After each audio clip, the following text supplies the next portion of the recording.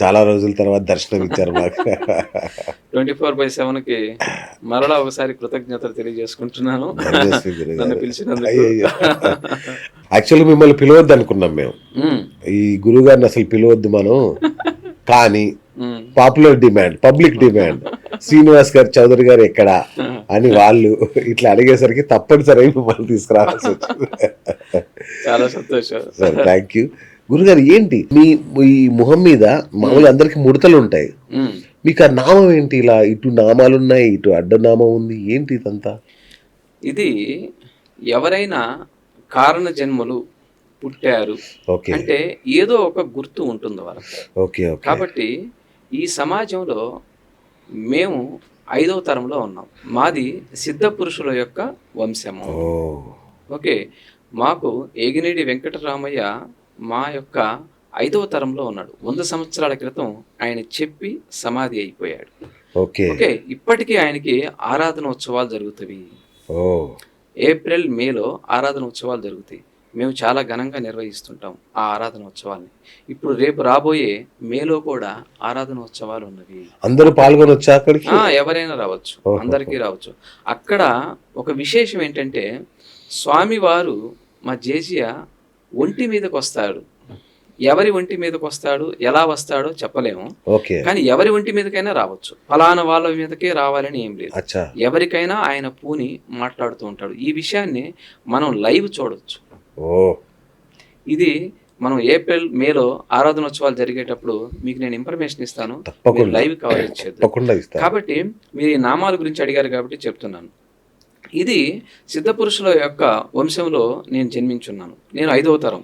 ఈ మధ్యలో ఎవరికీ రాలేదు ఈ అంశ. జ్యోతిష్యం కానీ, ఈ కీర్తనలు పాడటం కానీ, ఈ 2 కళలు అబ్బి ఎవరికి లేవు మా వంశంలో. నాకు భగవంతుడు ఇచ్చాడు. అందుకని నేను పుట్టింది కూడా శ్రవణ నక్షత్రంలో పుట్టాను. ఓకే అంటే ఏడుకొండలవాడి నక్షత్రంలోనే పుట్టాడు. మా జేజే కూడా ఏడుకొండలవాడిని ధ్యానం చేస్తూ నిరంతరం ఆయనలో ఐక్యమైపోయాడు. ఓ కాబట్టి ఏంటంటే కారణ జన్మ, కాబట్టి ఆయన పేరే పెట్టుకున్నాడు. అందుకని ఈ నామాల్ని మా వాళ్ళు ఎప్పుడో గుర్తించారు. ఓకే, ఈడేదో కారణంగా పుట్టాడు, ఊరికే లేదు అనే దానికోసం ఈ కారణం ఉంటేనే మనం జన్మ తీసుకుంటున్నాం. అందుకే కొంతమందిని మనం కారణ జన్మలు అంటాం కదా. కాబట్టి నా ద్వారా ఎంతో కొంత ఈ సమాజానికి ఉపయోగపడే మంచి పనులు చేయడం కోసం నేను జన్మించాను అనుకుంటున్నాను. సో మీరు మీ జేజీ దగ్గర నుంచి మీరందరూ ఆ వెంకన్న గురించే మాట్లాడుతున్నారు. స్వయంగా ఆయన పేరే పెట్టుకున్నారు, ఆయన నామాలే ధరించారు. సో తిరుమలకు మేమందరం వెళ్తుంటాం, మా అనుభవాలు వేరు. మీకు ఎలాంటి అనుభవాలు ఉన్నాయి తిరుమలతో? తిరుమలలో నాకున్న అనుభవాలు ఇంతకుముందు మన స్టూడియోలోనే కొన్ని చెప్పాను. అవును నేను రీసెంట్గా ఒక 2 నెలల క్రితం వెళ్ళాను. ఓకే అంటే స్వామి ఎంత మిరాకిల్స్ చేస్తాడంటే మాకు వాస్తవంగా బ్రేక్ దర్శనం ఉంది. ఈ బ్రేక్ దర్శనం జనరల్గా ఉదయం 8 గంటల లోపు అందరికీ పంపిస్తూ ఉంటారు. అవును మేము దగ్గర 12 మంది దాకా వెళ్ళాం. ఆ, 2 డిప్యూటీ సీఎం గారి లెటర్లు తీసుకొని ఆ, వెళ్ళాం. కాబట్టి బ్రేక్ దర్శనం ఆ రోజు శుక్రవారం ఉదయం 8 కల్లా క్లోజ్ చేస్తున్నారు. అందరికీ మెసేజ్లు వెళ్ళిపోయినాయి అనమాట. ఓకే ఓకే, మీకు క్లోజ్ అయిపోయింది, అందరూ కూడా 8 గంటల కల్లా రావాలని అందరికీ సెల్లులకి మెసేజ్లు వెళ్ళినాయి. ఆ, సరే, మాకు ఎక్కడి వరకు ఉందంటే 9 గంటలకి 10 గంటలకి రిపోర్ట్ చేయమని మాకుంది. ఆ, మేమందరం కూడా 12 మంది కరెక్ట్గా 9:30, 10 అయ్యేటప్పుడు అక్కడికి వచ్చి రిపోర్ట్ చేసాం. ఏంటమ్మా మీకు అందరికీ మెసేజ్లు పంపించాం కదా, ప్రతి ఒక్కరికి ఫోన్లు కూడా చేసి చెప్పాం కదా, 8 గంటకల్లా బ్రేక్ దర్శనం క్లోజ్ అయిపోయింది రావాలని, మీరు ఎలా వచ్చారేంటండి? చూడండి, మా సెల్లుల్లో ఏ మెసేజ్లు కానీ ఏ ఫోన్లు కానీ ఒక్కటి కూడా రాలేదు అని మేము చెప్పాం. వాళ్ళు ఆశ్చర్యపోయారు. ఇదేంటిది, ఒక్క ఫోన్ లేదు, ఒక్క మెసేజ్ కూడా ఎందుకు పోలేదు? అది నా నెంబరే సాక్షాత్తుగా. ఆ, నా ఫోన్ నెంబరు, మా అక్కయ్య వాళ్ళ అమ్మాయి వాళ్ళ ఫోన్ నెంబరు, 2 నెంబర్లు ఇచ్చారు. 2 నెంబర్లకి ఎటువంటి మెసేజ్లు ఎటువంటి ఫోన్లు రాలేదు. ఆ, ప్రతి ఒక్కరూ బ్రేక్ దర్శనం అందరికీ అయిపోయింది బ్రేక్ దర్శనం, కానీ మాది మాత్రమే ఉండిపోయింది. అప్పుడు స్వామి ఏం చేశాడంటే, అతనికి చూపించాం కదా, అక్కడి నుంచి ఫోన్లో మాట్లాడించి లోపల ఆలయంలోకి మాట్లాడించి ఏదో పొరపాటు జరిగింది అని. కానీ ఆ పొరపాటుకు కూడా ఒక పెద్ద కారణం ఉంది. మాతో పాటు దర్శనానికి 12 మందిలో ఒక 80 సంవత్సరాలు పైబడిన వృద్ధురాలు మా అమ్మగారు ఉన్నారు. ఆవిడ పెద్దగా నడవలేరు, ఒక్కడుగు మాత్రమే వేయగలదు ఆవిడ.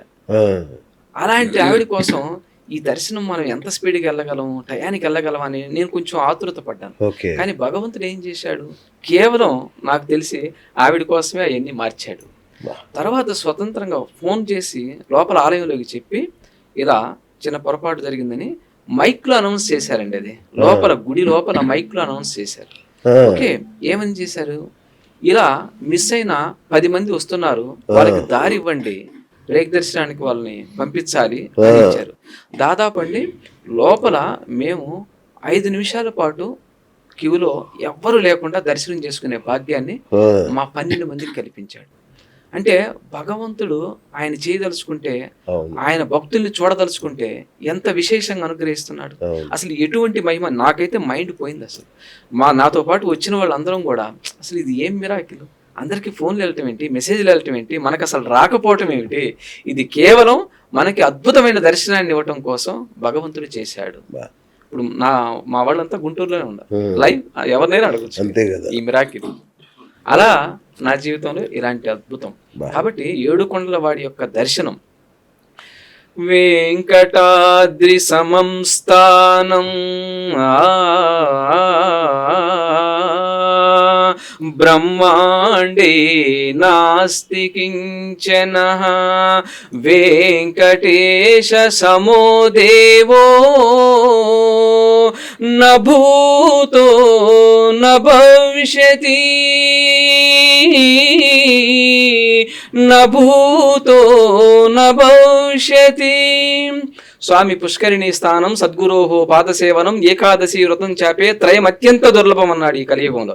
కాబట్టి ఏడుకొండల వాడి యొక్క పుష్కరిణిలో స్థానం, స్వామి పుష్కరిణి స్థానం మొట్టమొదటిది. ఆ స్థానం లభించటమే ఒక అద్భుతం, ఒక యోగం. ఎన్నో పాపాలను దగ్ధం చేసేదే ఆ పుష్కరిణి. ఆ పుష్కరిణి ఊరికే రాలేదు, అది వైకుంఠం నుంచి గరుత్మంతుడి చేత తీసుకురాబడింది. ఆ కొండలు, ఆ పుష్కరిణి అంతా కూడా వైకుంఠం నుంచి వచ్చినవే. కాబట్టి అందులో స్నానం చేస్తే దాన్ని విరజా నది అంటారు. స్వామి వారి యొక్క పాదాల కింద ఇప్పటికీ ప్రవహిస్తూనే ఉంటుంది. ఓకే, మనం అర్చకులను అడిగితే చెప్తారు, సైలెంట్గా వింటే చిన్నపాటి శబ్దం కనిపిస్తుంది. కాబట్టి లోపల ఇప్పటికీ కూడా అంతర్వాహినిగా స్వామి పాదాల కింద నుండి కూడా విరజా నది ప్రవహిస్తుంది. విరజా నదిలో ఇంచే ఆ పుష్కరిణిలోకి మనకి నీళ్లు వస్తున్నవి కిందకి. కొన్ని బయట నుంచి వస్తే సహజంగా కొన్ని నీళ్లు విరజా నది నుంచి వస్తున్నాయి. అంత మహిమాన్వితమైనది. ఏడుకొండల వాడిని నమ్మితే తిరిగే లేదు. మీ జీవితాలు మారిపోవటం అనేది ఖాయం. నమ్మకం ఉంచాలి, అంతే. భగవంతుడు ఉన్నాడు. ఇక ఆంధ్రప్రదేశ్ విషయానికి వస్తే, ఆంధ్రప్రదేశ్ గురించి బ్రహ్మంగారు ఏమైనా చెప్పారా, ఎలా డెవలప్ అవుతుంది ఏంటి అని? మీకు పోతులూరి వీరబ్రహ్మేంద్ర స్వామి ఆయన చెప్పనదంటూ ఏదీ లేదు. మనకి ప్రతి ఒక్కటి, ఎన్నో విషయాలు మనం ఇప్పుడు తర్కం చేస్తే అవన్నీ కూడా జరిగి తీరవని. ఆయన కాలజ్ఞానాన్ని పూర్తిగా మనం పరిశీలిస్తే అమరావతి గురించి ప్రత్యేకంగా, ఇప్పుడు మనం అమరావతిని పేరు మార్చారు కదా, దానికి ఎప్పుడు ఆయన కాలజ్ఞానంలోనే అమరావతి 12 ఆమడల పట్టణం అవుతుంది అని చెప్పి ఉన్నాడు.